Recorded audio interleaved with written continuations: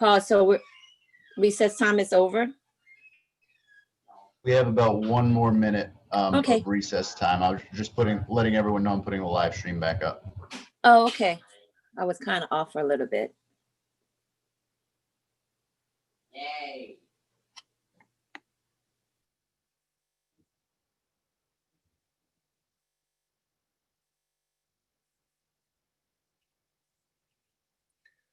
All right, it is 10:08. Our public comment can be closed and we can resume the meeting. Thank you very much, Victoria. So welcome back to the New Orleans Economic Development. I'm kind of hearing echo on my part, so yeah, I apologize, guys. So welcome back to the New Orleans Economic Development and Special Project Committee. Today is Wednesday, January the 20th. Can we go ahead and do roll call, please? Councilmember Nguyen. Here. Councilmember Giarrusso. Here. Councilmember Banks. I mean, I have it on here, but it's gonna. Councilmember Brosette. All right, I believe Councilmember Banks was on earlier. Councilmember Banks is here. Okay, great. So we do have a quorum, and I see Councilmember Moreno is on as well. Thank you so much. I move for the approval of the September the 9th, 2020 minutes. Do I have a second? Second. It's been second. All in favor, say aye. Aye. Aye. Thank you. So we'll go ahead and jump into our presentation. So colleagues and members of the public, today we have presentation on the DBE changes within procurement and contracting. I'm really excited to have the Office of Supplier Diversity identify issues within procurement and contracting. Your conference is ending now. Please hang up. Is that me? So we're excited to have presenters Camille Hazur, Director of Office and Supplier Diversity, Tara Richard, Intergovernmental Advisor, Mayor's Office, Matthew Colinian, Compliance Officer, Office of Supplier Diversity, and Julian Meyer, Chief Procurement Officer, Bureau of Purchasing. So guys, I'll go ahead and turn the floor over to you to present the DBE changes within procurement and contracting. Wait. Good morning, Hello. everyone. Can you hear me? Good morning. Yes, ma'am. Good morning. Good morning. This is Camille Hazur. We are having some technical difficulties over here at OSD, but we're on, Matthew and I know Julian is on. Yes, good morning, council members. Good morning. Members. I just want to start out, actually, Matthew and Julian will be handling all the technical stuff and we will be answering questions, but I wanted to start out by saying we wanted to let the council know we're absolutely excited about our recent move over to finance. We think it's a perfect alignment because we will now be side by side with procurement and purchasing, which will give us not only opportunities to change what needs to be changed, but also to look forward to different things that come our way that make contracting easier for our citizens. So we're thrilled to be under Norman White and to work side by side with Julian Meyer. And it's just a very exciting time for us because at the beginning of the agenda, you see that we have had challenges, which of course our community knows all about. And many of those challenges, if not all, at some point will be identified and changed. So I just wanted to offer that little introduction and to tell you how happy we are that we are now in a place where we think we can really make changes. So on that note, I'm going to refer to the agenda. Can we go to another slide, please? Right. Okay. Let me let Matthew talk now. So Yes, we can talk about the challenges. Good morning, council members. Matthew Cullinan, Compliance Officer. Yeah, we will be addressing DBE challenges and along with Julian Meyer, we'll be discussing how OSD and procurement will be making changes so that we can hope to make progress. Challenges. Next slide, please. Next. Next, please. So OSD identified challenges within the current procurement process that affected DBE participation.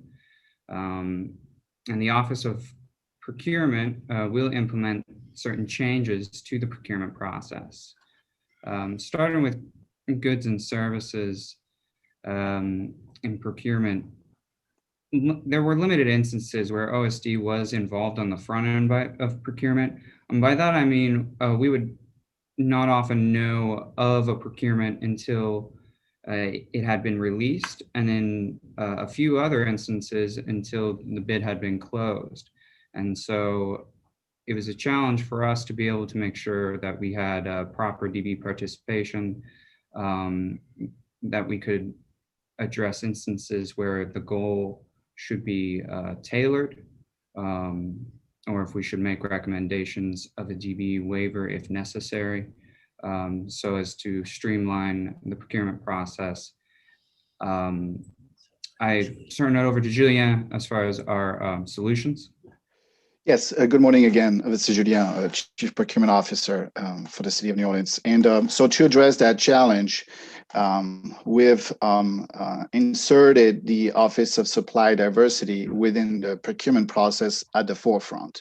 So basically, every time a department will submit a request for procurement in terms of getting new services or new goods, and to renew a potential contract that expired, and now they need to renew the purchase of those goods and services, the department will submit their request first to Supply Diversity, so that the Office of Supply Diversity will have an opportunity to review and determine what course of action can be taken on this request. Does it need to be debundled and create small contracts, small procurement, so that small businesses and DBEs can apply, can submit a proposal, as well as determine whether there's maybe a lack of business response, because the business community is not either well equipped or trained to respond to that request. And so that will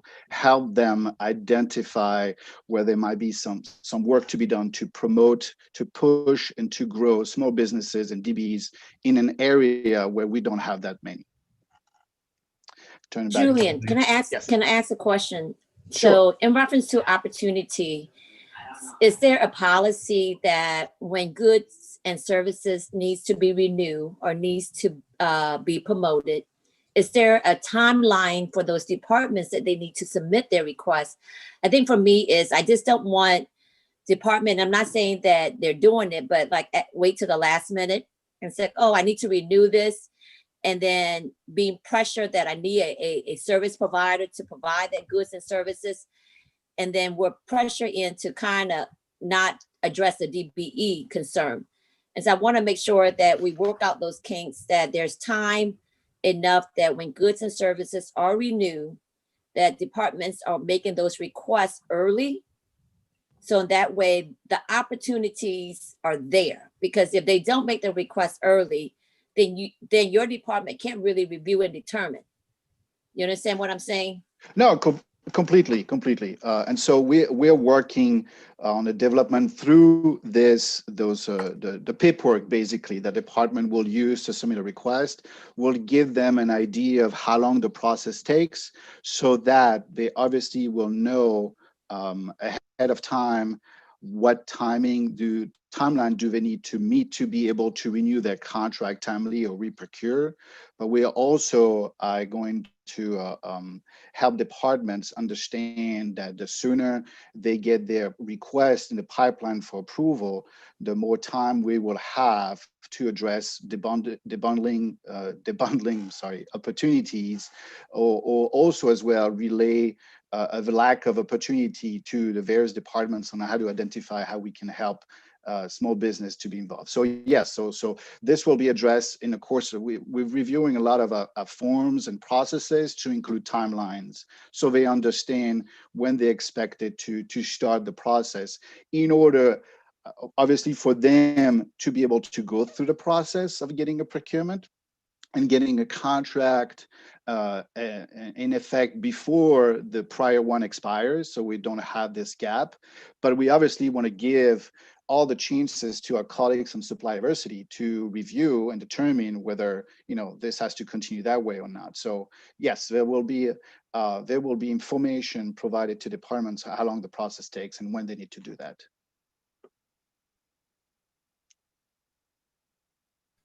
Okay, I'm good. Thank you. Go to the next one. Thank you, Julia. Yes, so following down, DBE interest. So honestly now, in our current environment, our COVID environment. our pre-bids are all virtual. Previously, beforehand, we would have our pre-bids in person, and that was a great chance for DBEs to network and speak with the potential primes. That, of course, has gone by the wayside, and it is now all virtual, and upon them to join pre-bids and maybe get a word in, but that is difficult. And so Julian and OSD have come up with a solution surrounding that.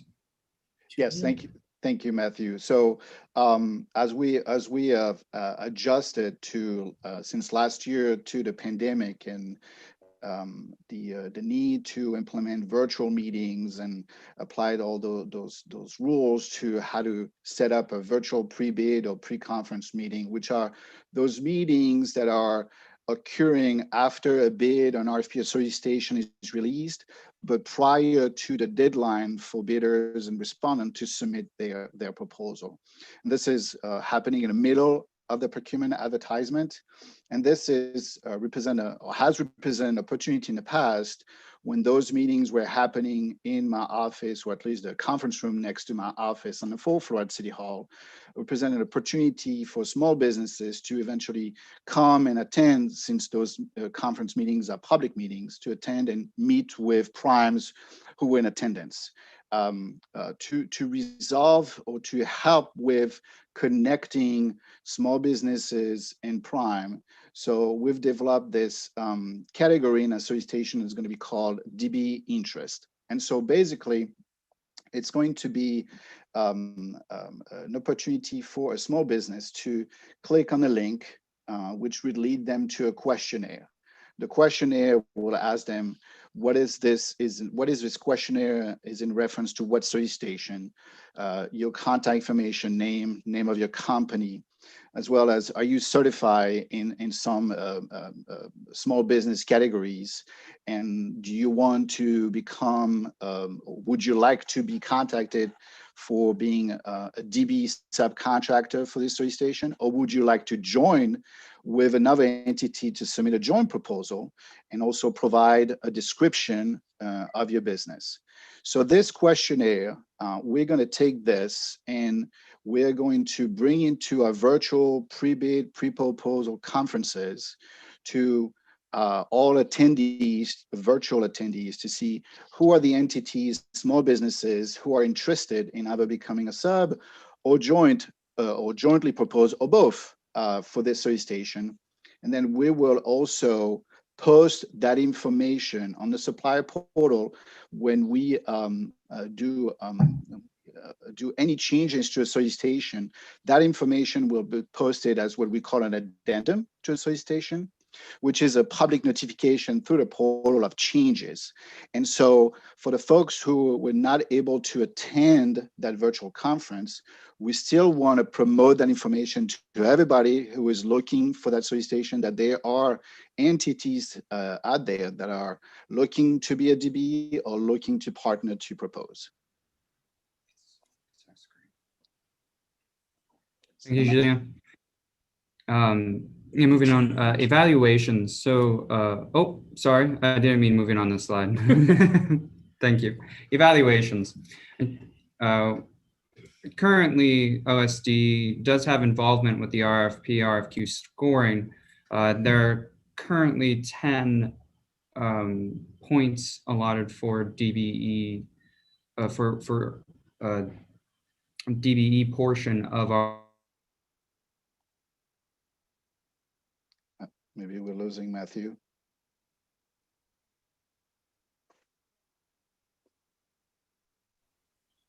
Hey, Matthew, y'all are Yeah, frozen. Might you be able to call in?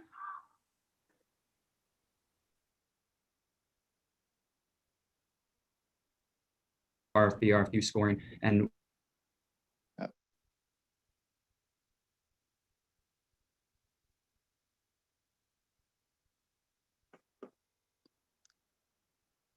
So maybe, can you hear me? This is Julien.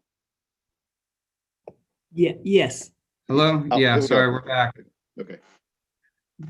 Not sure where it cut off there. But again, we wanted to be sure that we provided a more enhanced review and that the DBE portion was a larger part of the scoring. Julien, I turn it over to you regarding what we'll be doing moving forward.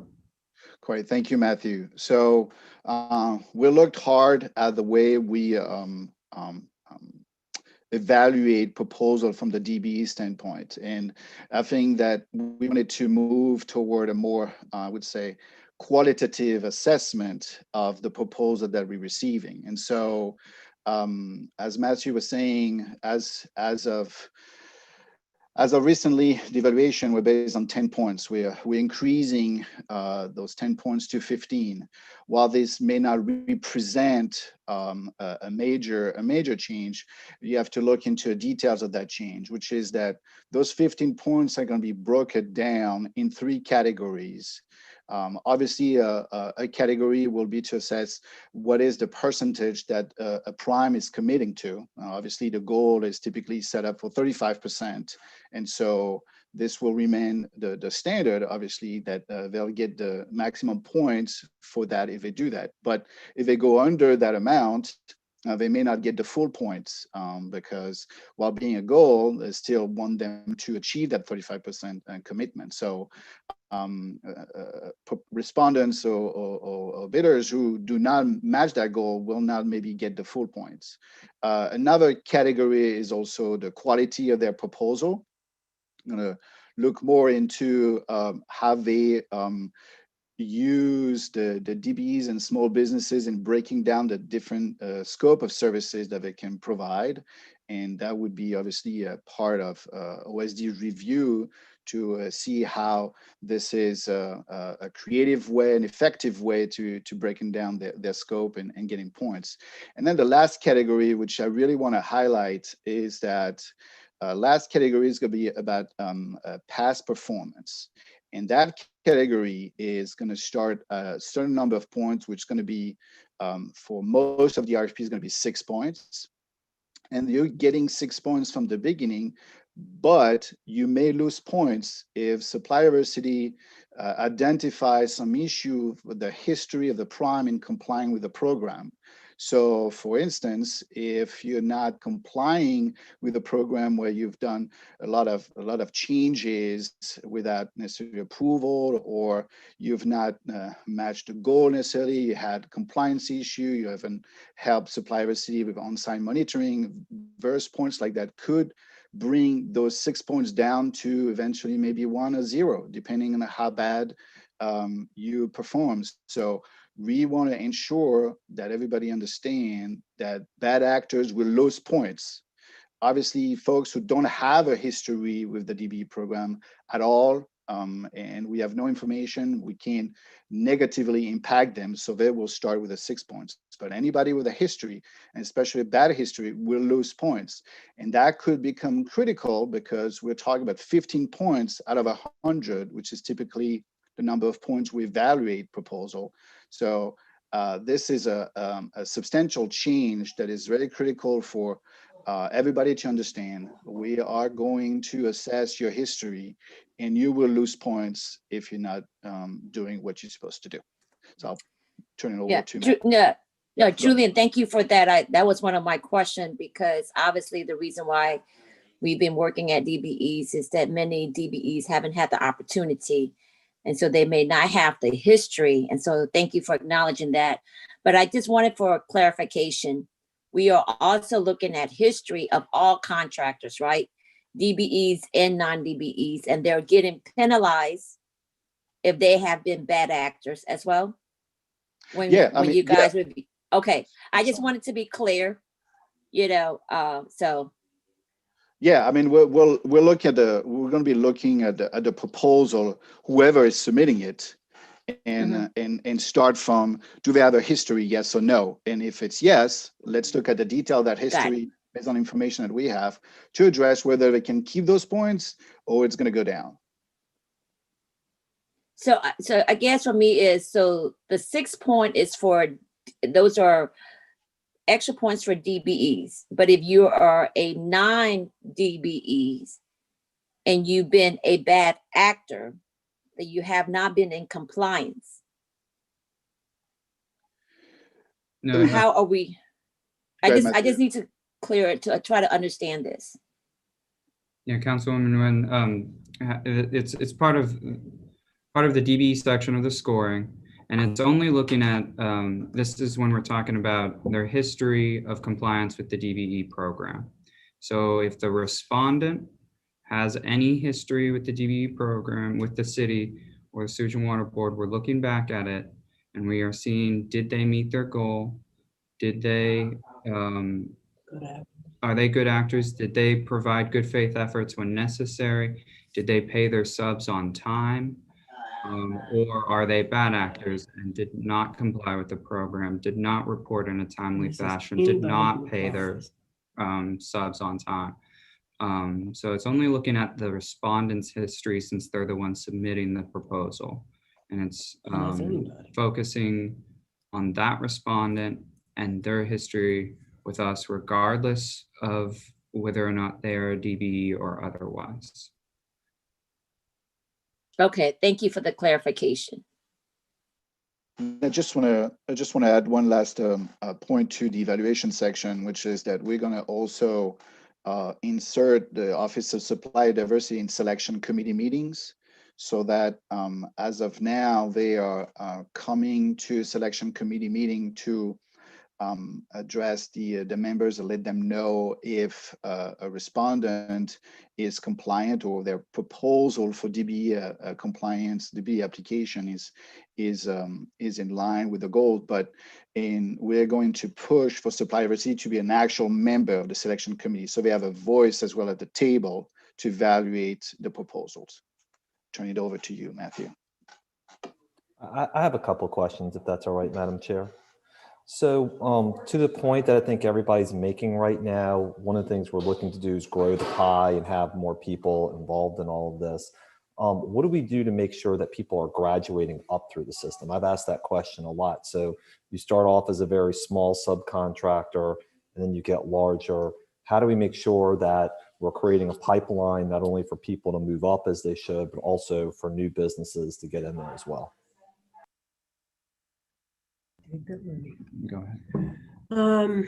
Councilman, one of course, the program using national data, using SBA actually data for size, you'd have to be awfully big to graduate from our program. But you are right, we should be in a position to know how much our companies are growing, who is growing, where their growth is, whether it's in engineering, construction, blah, blah, blah. We have not done that research. That is part of our research agenda, as is looking at waivers and sole source contracts, so that we can put that out in the community and ask people like the collaborative and people like the chairs of the chambers to help us grow those areas where we're lacking. So we don't have that data at our hands, but it is part of our overall research agenda to be able to put that out there. Let me just give you an example of how that would be of service. As you know, the Hispanic chamber did a training program, and Maya, you can correct me if I'm wrong, for welders, because we do not have enough welders in the city, in the minority community. And they did a special training program. And if I'm correct, Maya, you did it in Spanish for those people who signed up. Is that right? That's correct. Yes. So those are the kinds of things, Councilman, we're looking to be able to address. And I know it's late, but it's also a new beginning for us. So yes, and so we're looking forward to doing that. The other thing we have in our toolbox is the Bill NOLA program, which is our overall expansive training program that we want to live on, because in that program, businesses of any size, tiny people, tiny businesses who don't exactly know how to go about creating a business, have an opportunity to work with specialists to promote their business or start their business right from the beginning of signing up with the Secretary of State into all the way to getting their occupational licenses. And so those teachers have been excellent with that. The research agenda for supplier diversity has suffered. So let me just put on the record that these are the kinds of things we're going to be addressing. And of course, you guys will get copies of that in our annual report or quarterly reports, however we do that. Yeah, thank you. I guess I'm less concerned about graduating out than I am of graduating up and hitting certain mileposts, right? And so, I mean, I've seen Stephen in Chambers shake his head when I say this before. What I feel like I've heard is there's sort of a small band of DBEs that seem to get a lot of the work. And so the question in my mind is, how do we make sure, all right, you have a small business that's gone from zero to maybe $1 million of business. Well, how do we move them up? And they're in a different band of work, and then somebody who is brand new gets that opportunity. So that's what I'm concerned about, is just making sure we're growing the pie across, you know, the various suppliers and contracts that are available. Good morning, Councilmember Jeruso. If I may, this is Julien. I wanted to maybe address your question with a practical example. We're just releasing today a request for qualification on behalf of the Department of Public Works to identify consultants for AE services for the work that the DPW needs to implement. And so in the RFQ, that request for qualification we're releasing today, we've created a small project roster and what we call a major project roster. The distinction is that a small project is identified as a project that has a total dollar amount fee of $500,000 or less. And then a major project is any project with total dollar amount of fee above that threshold. And so we've created those two rosters with the idea that the small one is an opportunity that we're offering to small businesses to apply to this small roster to be able to get some projects on a rotation basis or on a competitive proposal basis, depending the criteria, the disciplines that they need, that DPW needs, but to help small businesses getting some work and grow.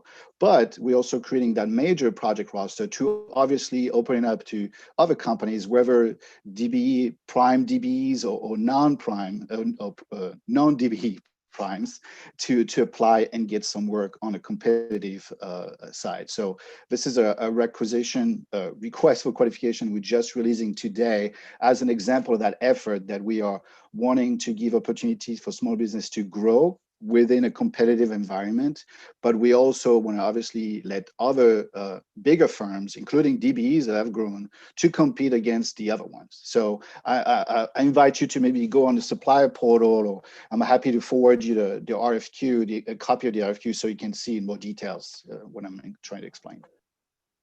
Oops. Thanks, Julian. That's a great explanation, exactly kind of what I was interested in. I think that makes a lot of sense, because the smaller people may not be able to do a big project, but if they can do it on a rotational basis, then it gives them opportunity to do more work.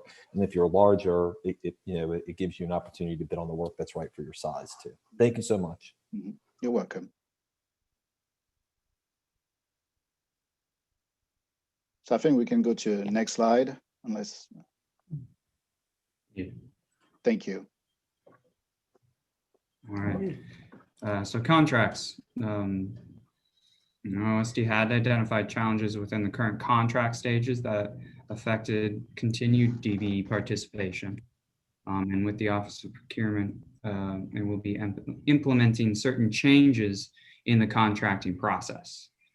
So there was seemingly a limited knowledge of the DBE program across city departments. And by that, I mean, departments were aware, but they weren't sure exactly. They left it up to supplier diversity to monitor the projects, and with a few departments, there was limited communication. Our major departments, such as capital projects and DPW, there has always been communication, but we wanted to be able to ensure to enhance not only our communication with them, but to reestablish our communication with all departments when it comes to contracting.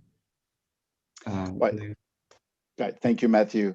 Yeah. So the city has a policy memorandum on contract routing process that has been describing the process from very much a procedural standpoint as to what step you need to go through to submit your contract to be reviewed, finalized, and executed. And that policy did not highlighted the role of the supply diversity in that process in a qualitative approach.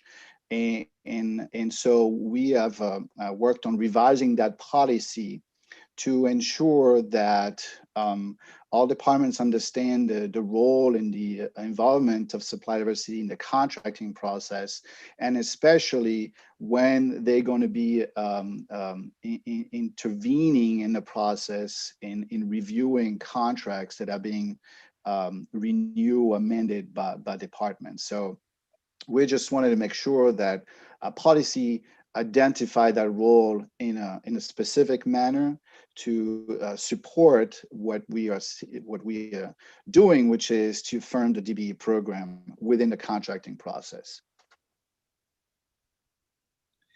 Yes, and moving on top of that, when it came to contract amendments and renewals, OSD was sporadically involved in contract updates. We've had certain infrastructure departments have been better about including us moving forward, but we want to make sure everybody's involved in that, especially not only with amendments, but also with change orders, so that we know that the DBE goal is continuing to be met. Julien? Yes, thank you, Matthew. So this is connected to the prior point about changing our policy and putting supply diversity in the process in a meaningful way. And this is a practical application of this change, which is that prior to amending a contract or prior to renewing a contract, supply diversity will be involved with the department and the vendor to ensure that compliance is correct, that they are meeting their goals, that they are in line with the commitment. And so this will put OSD in a position to say whether this renewal amendment needs to continue unless we get the compliance in order. And so this is in line with the change to the policy is involving supply diversity in that process of amendment and renewal for contracts. And the other thing we wanted to address was our software limitations. So previously, especially when it comes to tracking contracts and payments, prior to BRASS, there are 4 legacy financial systems when it came to contracts and tracking payments. And that made it very difficult for supplier diversity to know where to look to know when a prime was paid. Now, primes are supposed to report to us, but we want to be able to be sure that we also knew our own information. So luckily with BRASS, we now have one system, making it easier, but we still needed to make sure that our system, business to government, or B2G now, our DBE system, was able to communicate. Julien? Yeah, thank you, Matthew. So, as you, council members, as you know, BRAS is our one financial system that we're using to obviously help our departments getting requests for procurement, requests for purchases through with issuing purchase order and contracts, as well as issuing payments, whether it's a check or ACH. And so now we're in the next phase of pushing some of that information that we have in BRAS into from one system to the compliance system that our colleagues from supply diversity are using, so that BRAS can feed B2G with critical information that they'll be able to use to foster compliance, to foster monitoring. And that is definitely a great step in connecting those two tools that we didn't have before. And so I think that while there's a integration in place and knowledge that will be updated as we learn how to use it, this is definitely a great connection that will help our colleagues from supply diversity. Yeah, so as you can see, we're looking to make sure that that in real time we know when payments are happening, that we know. It'll also tell us when contracts have become active, so that way our office can properly track the contracts are being pushed through. What we were addressing today is challenges that we saw that were making it so that we had limited data. And so we're here to enhance our data to make sure we know what's going on so we can continue to address challenges and enhance the DBE program so that we do see continued growth, so that we do see continued participation amongst our community members. Yes, I would say in conclusion that this presentation is connected to the mayor's announcement on Monday regarding the restructuring of the procurement process to promote opportunities for small business and DBEs. And thank you for this opportunity to present some of the specific changes also that are coming in support of that restructuring. Thank you so much for the presentation. I have a question. So with the DBE ordinances, so it's supposed to cover all city contracts, the spendings, and all use of public funds, including incentive, like restoration tax abatements, ITAP, CDBG funds, awards, and etc. So my question is that, does the Office of Supplier and Diversity do any analysis on applicants to receive city incentives? Yes, we currently do analysis for our renovation tax abatement program, the RTAs. That's the RTA. Yeah. Those go through our economic development department. For others, no, to answer your question directly, we do not do direct analysis on or monitoring on the other boards and commissions such as ITAP or the pilot programs. Those are, we do have those tracked in our system for those boards and commissions to utilize our system and sign in. But otherwise, we do not directly report on or monitor any of those contracts. We do have our goal as the city's default goal per the ordinance of 35%. But that is the extent of our current involvement. Got it. Well, I do appreciate the presentation today. Thank you for all the work that you guys have put in, the administration has put in. I believe that is a step ahead.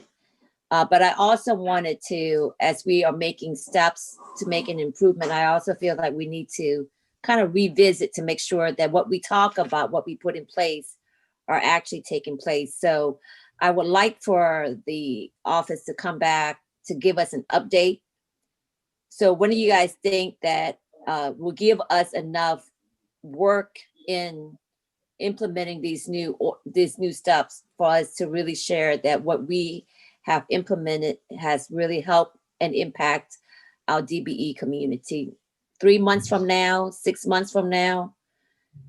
I just don't want a whole year to go by and then we didn't evaluate, and so, but wanted to put that out to the team. Yeah. Yeah, I would- this is Julia. Go ahead, Go Matthew. go sorry. ahead, Jay. Yeah, this is Julia. I would say 6 months. Okay. Because of the, Are we on that? Yeah, that's the same thing Matthew we're- was saying. we're in 6 a, months? yeah, I think that Okay. with beginning of the year, critical time to implement those new features, and with all the new procurement and new purchases that will come with the beginning of the year, Yep. we'll should be able to have an assessment of where we are. So I think 6 months would be a good time. Okay, that would be great. I'll have Victoria from my team to coordinate to set up a time, and then we'll definitely want to email questions or data that we'd like to see or hear about at the meeting. And I know we have advocacy groups that have been working with our office. I also want to include them to offer questions in reference to a check and balance system to make sure that the work that has been put in is effective for our DBE's community. Okay, Absolutely. so, okay. All right, I appreciate it. I think, Victoria, do you want, we're gonna go to item number 2 on our agenda. So thank you so much for being here with us. We're gonna move forward to our Public, second. You want to do public comment? yes, ma'am. Public comment on this Okay. item, and then we'll go to the Okay, next item. no problem. So we have 2 public comments on this agenda item. Public comment number 1 from Jasmine Brown. How will the council and administration ensure that minority and women-owned businesses are provided with prime contract opportunities with the city?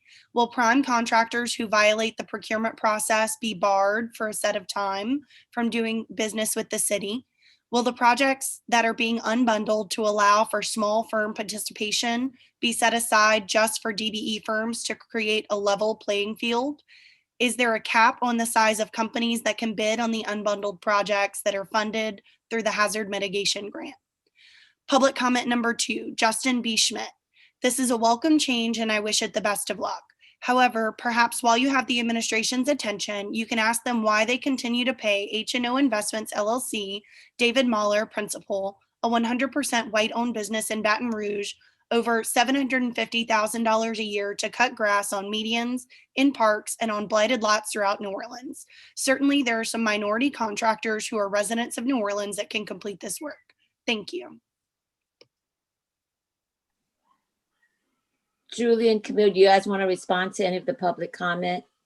Or maybe help direct, I think Ashley in reference to her DBE question?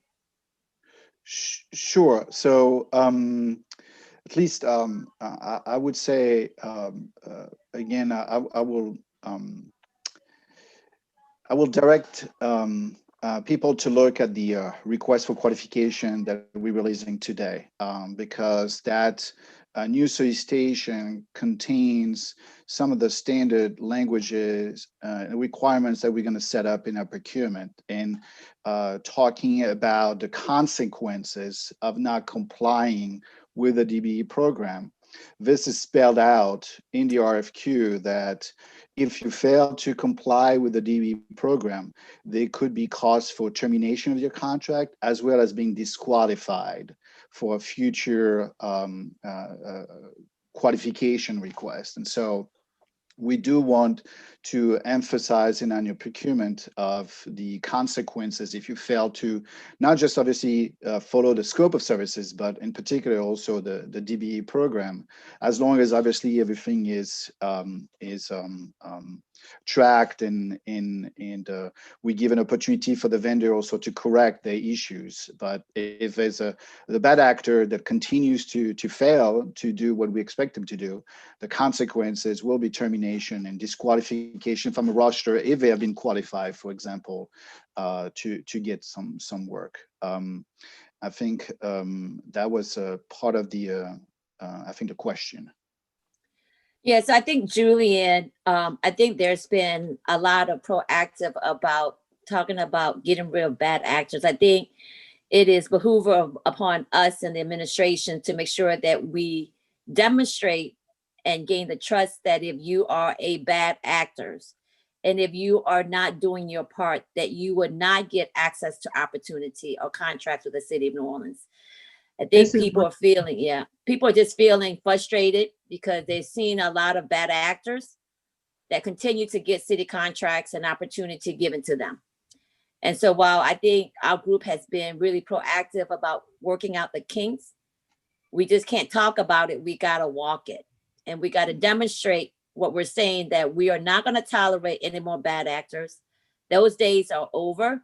And I think that as we move this ordinance through, and as you guys put measures in place, I also ask that we are very aggressive and proactive about making these change a reality for our community. And Councilwoman Nguyen, this is one of the reasons Procurement and OSD recommended to Finance that we be higher up in the involvement process for RFQs and contracting, because we have that information to the extent that we have it. And we always encourage, particularly our small businesses, our DBEs, to tell us when there's a problem. In many cases, we may not be able to act legally, but we certainly will know who the actors are, and we certainly will, that will have an impact on decisions made going forward. Okay, great. Additionally, Thank you. Yeah, go ahead. I just wanted to answer the question as it concerned a set aside. Unfortunately, we aren't not legally able to do a set aside. That certainly has been a question that's been posed in the past, and we certainly cannot do that with the federal funds. The federal funds do allow us to unbundle the contracts so that there's a greater chance that smaller businesses, especially those owned by women and minorities, are able to participate. But unfortunately, the Louisiana Constitution does not allow us to do a set aside at the current moment. Okay. All right. Thank you. Appreciate the comment and the feedback. So I'm gonna go ahead and move forward to our agenda item number 4. We're now gonna have a presentation on ordinance calendar number 33,225. This is a discussion regarding ordinance calendar 33225, proposing edits to the City of New Orleans Disadvantaged Businesses Program. Today we have presenters, Stephen Kennedy, CEO of Rio and member of the Collaborative LLC, Laverne Toombs, Executive Director of the New Orleans Regional Black Chamber of Commerce, Myra Pinata, President and CEO of the Hispanic Chamber of Commerce of Louisiana, and Victoria Lewandowski, District E Economic Development Liaison from my office. So guys, I'm going to turn the floor over to you.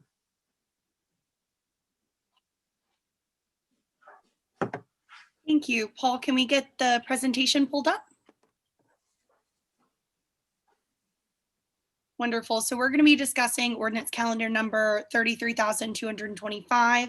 It's an ordinance to amend and reordain Chapter 70, Article 6, Division 2 of the Code of the City of New Orleans in its entirety to rename, restructure, and simplify the city's Disadvantaged Business Enterprise Program.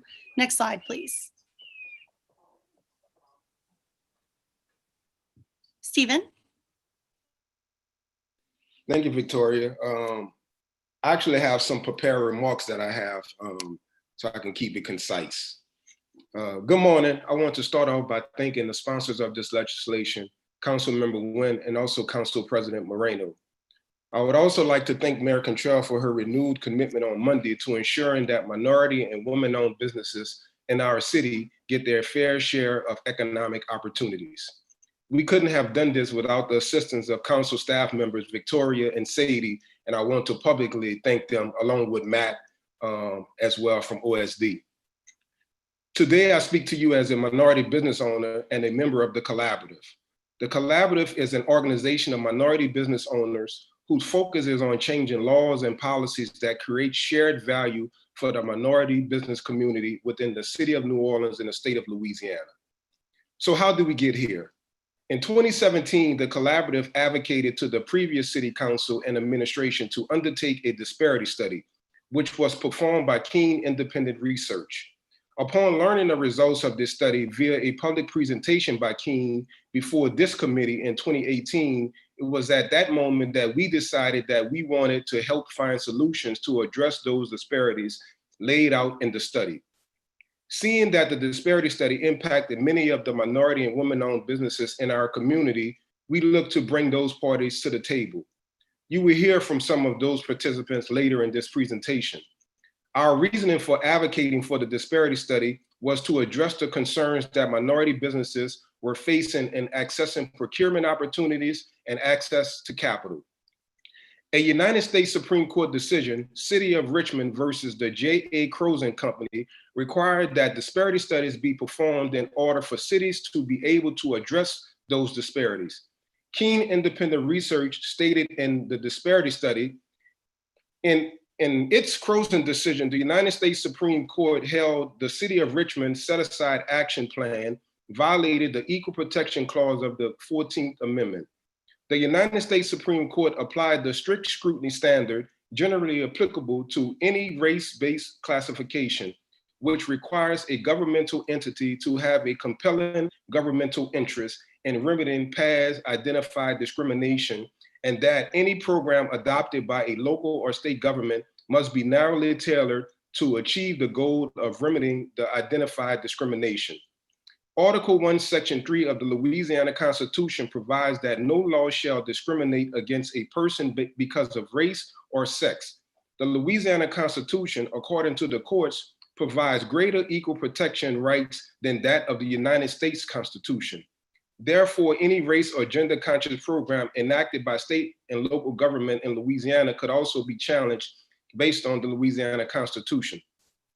The Data Center Research, a local research organization, noted in its report titled The New Orleans Prosperity Index that nearly half, 49% of all businesses with and without employees in New Orleans are minority owned. But this represents a smaller share of minority owned businesses relative to New Orleans' minority population than the metro area or the United States. Despite the fact that nearly half of all businesses in New Orleans are minority owned, they receive only 4% of all receipts. African Americans account for a particularly fast growing share of business owners in New Orleans, from 21% in 1997 to 40% in 2012. But total receipts of those businesses have remained stagnant at roughly 2% over that time frame. Hispanic and Asian account for a smaller share of business owners, representing about 4% and 5% of New Orleans business respectively, and receiving only 1% of receipts each. I mentioned this information because it is important to understand that minority-owned businesses are not getting adequate opportunities in the private sector in the New Orleans metro area as well. Increasing private sector opportunities will help create a sustainable economy while reducing some of the social ills within urban communities. Increased business opportunity can lead to revenue growth, which will then lead to job growth and increase in consumption and consumer products and home ownership and more sales tax revenue for our city. 2 days ago, around the nation, we celebrated the life of Dr. Martin Luther King. And I would like to end with a quote from Dr. King, which states, "Whatever affects one directly affects all indirectly. I can never be what I ought to be until you are what you ought to be. This is the interrelated structure of reality." Thank you. Thank you, Stephen. Next slide, please. So again, my name is Victoria Lewandowski. I am the Economic Development Liaison for Councilwoman Cindy Nguyen.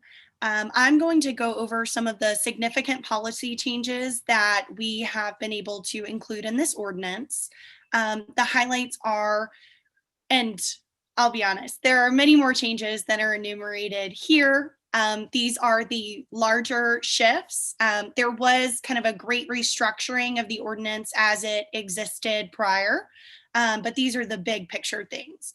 So first thing you'll notice when you look at the ordinance is the program has been renamed.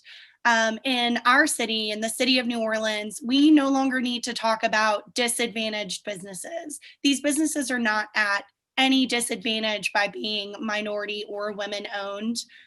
They should have equal advantages as the rest of those who submit bids to contract in our city. So we're really trying to shift the conversation from disadvantage to focusing on equity. So the program will now be called the Equitable Business Opportunities Program, or EBO program, to really shift that conversation to focusing on equitable contracting in our city. The second major point is clarifying the application. So prior to this version of the ordinance, in the prior version, there was blanket language stating that all city departments, agencies, corporations, attached and unattached boards and commissions to which this division applies. That's a very broad statement, and there was no clarity in the ordinance or elsewhere in the code clarifying who this actually applied to, who had to follow these DBE laws and equity goals. So we solicited advice from the law department regarding which of those agencies, corporations, boards, and commissions were subject to the ordinance, which you'll notice in the ordinance, they are enumerated based on category, which added in total 30 new agencies that are responsible for reporting on their DBE utilization and goals. Next highlight is reporting on waivers. So the waiver process for a contract was already outlined through the CAO's policies regarding the DBE ordinance as it was before. And a person submitting a bid could ask for a waiver on their contract if they either could not find DBEs in the sector or, had some other primary reason for not using those DBEs. They had to go through this waiver request process via departmental procedure, and it was not codified in our policy. So all of those waiver requests and when waivers were granted, that was all done kind of interdepartmentally between the CAO's office, OSD's office, and that waiver information stayed a bit private. So now it will be included in the annual report to the council. That will help us with the next point, identifying the areas of opportunity for business growth. Both the waiver report that will now come to the council and an additional report that's baked into the ordinance that is required if a department, agency, corporation, board, or commission doesn't meet the 35% equity goal will really help us to identify gaps in our DBE program. It'll help us see either areas that we don't have DBEs registered as suppliers with our city so that we know we have work to do, making sure that we do outreach to these DBEs, get them registered as a supplier with the city and able to participate in our contracting system. Or if we don't have DBEs in this market at all, it can show our minority and women-owned businesses this can be an area of growth for them so they can participate in this contracting process. We also added a rules promulgation process. So prior to this ordinance, the CAO was tasked with creating policies relevant to the ordinance and its application. The CAO did that through Memo 46. We heard a lot of feedback in this process from community partners with the collaborative and others that this was not really widely known, just having kind of a CAO's memo outlining the in-depth processes for the DBE utilization. And so creating this rules promulgation process that comes through the council really creates more transparency, as well as gives the council and the public an opportunity to weigh in on these rules via public hearings. So for rules promulgation, there is a public hearing held by the department who promulgates the rules. And then there's a second public hearing when they come to council for council approval. So we'll have two opportunities to hear from these stakeholders and the community regarding the policies that the CAO has drafted. The last one is really codifying the default equity goal of 35%. So this was already a departmental policy for the Office of Supplier Diversity. If a contract is routed without individual goal setting, the default goal would be set at 35%. We've codified this now in the policy, not just the procedure, to really strengthen the standing of that and ensure that for every contract routed, we are trying to reach at minimum that 35% DBE utilization. Next slide, please.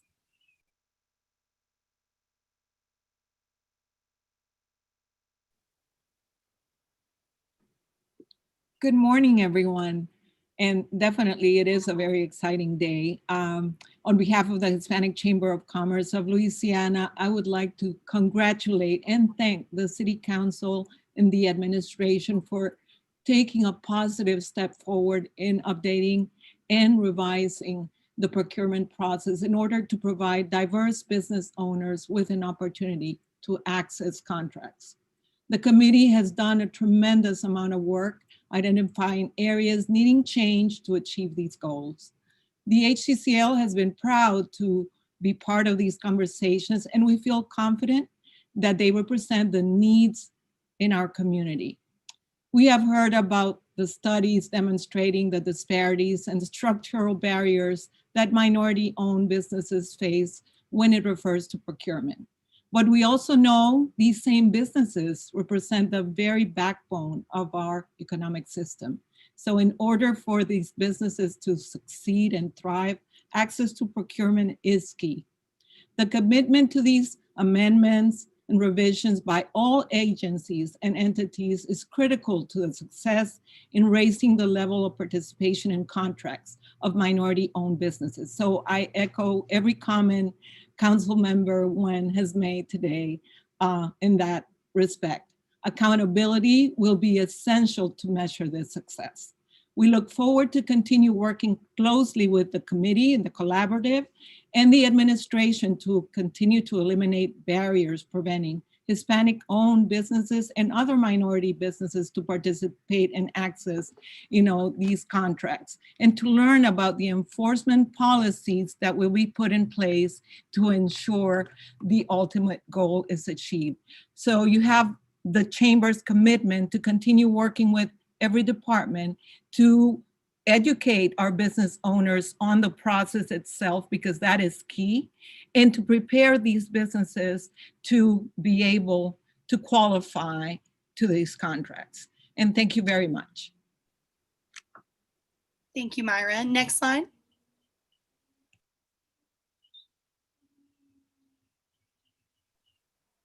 Good morning, and thank you so much for the opportunity to address the council, and especially to you, Councilwoman Nguyen, and to the members of the Economic Development Committee, as well as the staff of the City of New Orleans. It gives me great pleasure to be here on behalf to talk a little bit about some of the things that you all discussed, but more importantly, understanding the mission of the Black Chamber of Commerce, of course, is to support, promote, and educate our members for sustainable growth and expansion. It's also to empower and sustain African-American business community through entrepreneurship and economic activity in the greater New Orleans and the global economic as a whole. I commend all of you all today for considering the revisions in the ordinance, but not only with OSD, thank you so much for looking at not only the ordinance, but the provisions that you're making in your policies in regards to giving opportunities and procurement opportunities to Black businesses. As I stated in my comments on Monday, that the Black Chamber is a resource as well as a voice to the Black community. And we are as well looking forward to working with the City Council and the members and continue to implement the sustainable opportunities and growth in the City of New Orleans economy. One of the things that I would highly recommend based upon the conversation that I heard today is that you may want to work with some of our higher ed institutions, such as Tulane University, that has a program or a report that comes out, I think every 2 years, which is called the New Orleans Startup Report. OSD, you may want to partner with them as well as University of New Orleans that may be able to give you the statistics that you need in regards to the questions that was asked regarding growth, and as well as the different industry categories in employment, revenue, and so on and so forth. I think that they would be a great help to you, not only in regards to educating our small businesses, but I also heard you mention about the bad actors. And so my question would be to you all in regards to the bad actors, have you differentiated in regards to why are there bad actors? Are they intentional, or is it because of the fact that they do not understand the process? And I believe that's where the Black Chamber as well as the Hispanic Chamber, and of course I can't speak for Mara, but we're pretty much on the same mission, and that is to educate our small businesses about these processes. And a lot of times, a number of our small businesses aren't clear or do not understand the processes when it comes to procurement. As a former procurement officer, as well as a CAO of a parish, I do understand that some of the struggles that our small businesses are faced with when they submit an RFP or when they submit RFQs. And so we make a commitment as the Black Chamber to assist you, the City of New Orleans, as well as City Council, to provide the necessary technical assistance to help our small businesses understand those processes. Because again, when they submit an RFP, RFQ, a lot of times they read the application, they may not know how to go about navigating the waters. I think it's up on us to make sure that they're well prepared so that when they submit a proposal and they receive a high score and awarded a contract, it's all because of the technical assistance that they receive.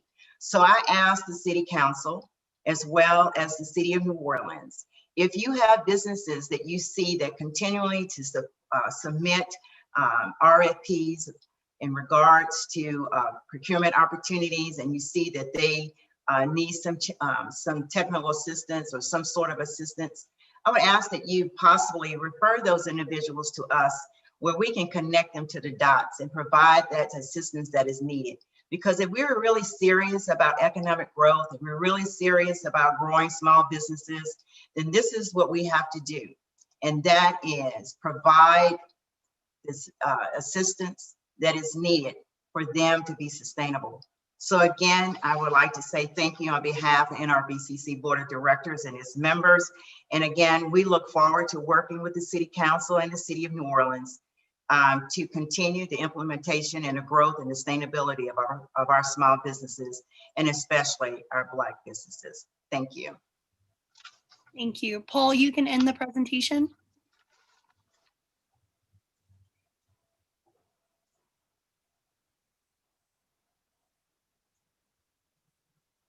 And council members, we'll turn it back over to you. All right, thank you, Victoria. Thank you, Stephen, Laverne, and Meyer for your presentation. And Laverne, thank you for helping to connect that dots as well. And so I also wanted to echo the support of technical assistance from where the city is receiving those applications. And if you guys are the one that are reviewing the application, if you kind of felt like they needed technical assistance, connecting that dots to agency that could assist them, really make sure that they get the opportunity and not just put their application on the side or give them a bad score and then not really try to do anything. So I think we need to be very proactive about connecting the dots to address this issue. So thank you so much. Do I have any questions or comments from my colleagues?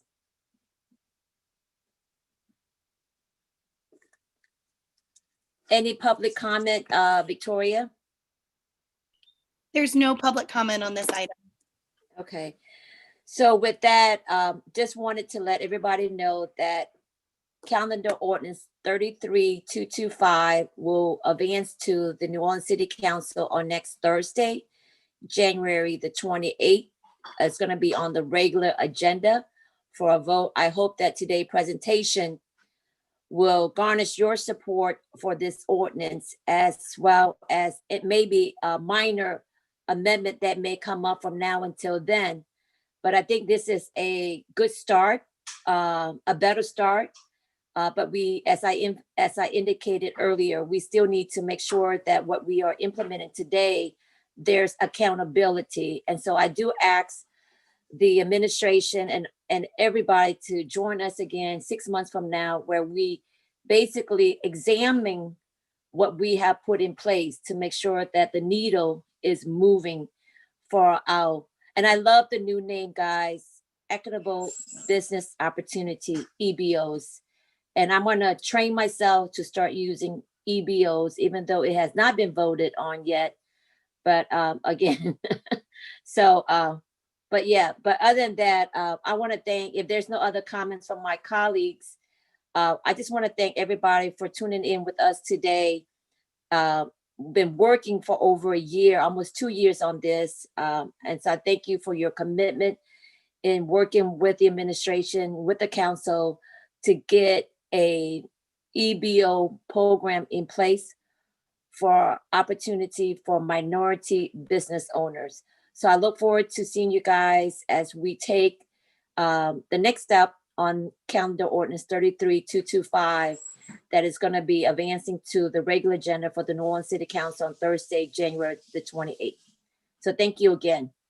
The next item on our agenda is other matters. I don't think we have any other matter to take up. So if it's okay with everybody, I'd like to move for an adjournment. Do I have a second? Second.